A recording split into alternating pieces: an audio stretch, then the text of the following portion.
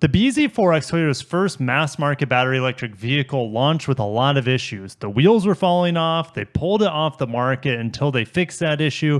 And other tests in other countries, for example, in Denmark, they were getting half of the range in cold weather compared to what they were expecting, or at least what Toyota was claiming on the WLTP cycle. And then even here in America, Edmunds tested the bZ4X, and most vehicles that they test, other than Tesla's, go over the EPA estimates. The bZ4X undershot it by 15 miles. It's mainly because Toyota wanted to protect the battery so it would last as long as possible. They're claiming about 90% retention over 10 years of the battery capacity. And in order to do that, they were essentially nerfing the range and charging capabilities of the battery pack on the bZ4X. Well, news from Japan is coming out that Toyota is changing some of the software in the bZ4X to somewhat fix the issues that it struggles with. So they're improving the bZ4X by changing the number of charges it can do within a 24-hour cycle.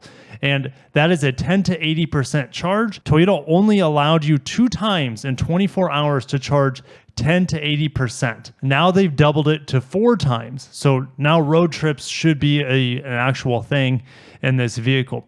In addition, the time required to go from 80% to 100% state of charge has been reduced from 60 minutes to around 30 to 40 minutes. Also, with the old software and firmware, when the meter display reached 0%, the distance could be traveled was long. So you could still travel on 0%, which makes no sense. But that has been fixed. But on top of that, they're changing the bar graph only battery level gauge so that it can be grasped concretely by adding a specific percentage of charge in the display. And the amount of power consumption when the air conditioning was on, the calculations were way too aggressive, and now it has been greatly reduced or optimized here. Now, this is the ETNJ platform, so it does not support over-the-air updates. Toyota won't have that until their next generation platform, and that won't come until as early as 2026. First in a Lexus, and who knows how long it'll be before we see this next-gen platform take over for the Japanese automaker. So since it doesn't support over-the-air updates, you have to bring it to a dealer for them to update the software on it. It looks like these updates, at least in Japan, will be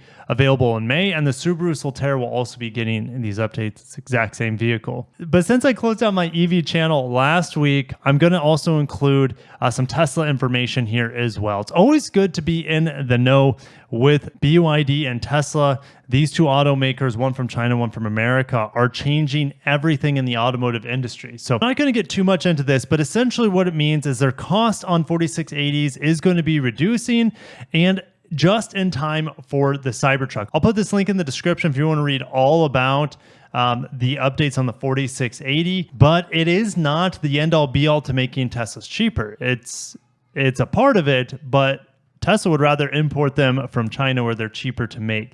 So over at Reuters, Tesla is exporting the Model Y to Canada from China, and it is cheaper. It is on only the rear-wheel drive model, and over in Canada, it'll cost about $7,400 lower than the long-range model available there. Now, this is using LFP batteries. They lose maybe 30% of the range or so compared to NMC batteries, but they are cheaper and they are safer. If you don't need that big range, save a little bit of money, have a safer, more durable battery pack as well with the LFP batteries. We also see these LFP batteries brought in from China, put in the base Model 3 here in the United States.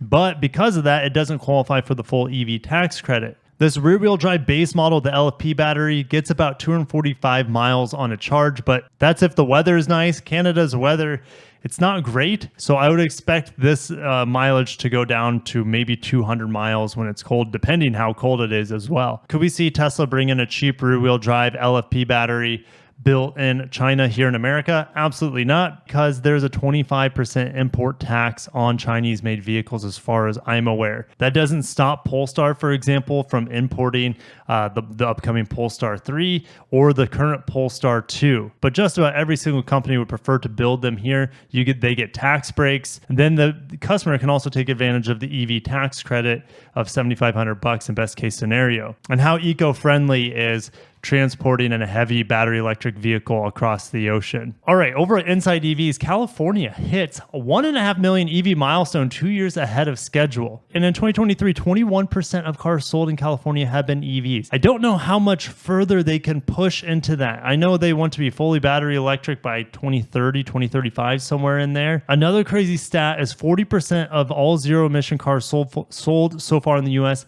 in 2023 have been in California. How much further can EVs permeate the new car market over there? It'll be interesting to watch. Do you think that they can ban gas car sales by 2035? The only way I see it possible is if we have an endless abundance of energy, an endless abundance of chargers, and built up EV infrastructure, as well as an abundance of battery technologies that make EVs more affordable, and also EVs that can charge quicker. And there's just a lot of hurdles to overcome. The EPA wants to make 2/3 of all car sales in the US be fully battery electric by 2032. I'll see you guys down below on that. And lastly, we're going to talk about Vietnam's Vinvast. They just now started selling vehicles here in North America with the VF8. That was the first one. They keep having to reduce prices, thanks to Tesla, keeping heat on the competition essentially. But I think Vinvast would probably be actually more successful, not with a $60,000, $80,000 vehicle, but with a $25,000 budget vehicle. I like the design on it. It looks cute. I mean, this area looks a little bit cheap to me, but I like the two-tone nature of it. Kind of gives me a little bit of CHR vibes. Rest in peace, CHR. But it's got a very unique front end compared to cars here in the United States. And if it costs less than $25,000, I think it could do fairly well here. It's not going to qualify for the EV tax credit though. Maybe they sell for about $20,000 here in the United States. That would make a splash. The VF8 right now, you can get some crazy lease deals on it. That's the best way to buy it right now. We'll be getting a VF6, a VF7. We have the VF8 right now, and there'll also be a 3-row VF9. But this VF5, I think, would provide something unique and different instead of trying to beat Tesla at their own game in their own market. And this comes the same day I literally hear from Vinvast. Vinvast just reached out to me today. I might be getting on a call with them at some point this week, so stay tuned. I would really like to test out their cars. If I have to go to California, I'll do that so I can be better educated when I'm talking about Vinvast. Talked to many journalists who actually went to Vietnam to drive them, and most of them were not impressed with the build quality, the driving mechanics, etc. So hopefully that is massively better with production cars. And I'll end it with this. Would you guys be happy to drop $50,000 on an unproven Vietnamese company with the VF8 or the upcoming $83,000 VF9, or would you just get something from a domestic brand like Tesla or any other manufacturers out there? $50,000 is a lot of money for an unproven brand. Like, they need to be selling like $35,000 in my opinion, but we'll see. Maybe if I talk to them, my mind will change, or I can be educated on their plans or whatnot. I really want to drive it to see if it's worth $50,000. Very few vehicles are probably worth that much money, especially unproven ones. And I even struggled recommending the Polestar 2 around that. And they're much more proven company with Volvo technology, Geely's money, and it wasn't worth the money in my opinion compared to other EVs I've tested. But I got to shut it down. Thank you guys for watching. If you made this far in the video, smash the like button. I'll probably do EV videos like this maybe once a week, or if there's something I'm really interested or excited in,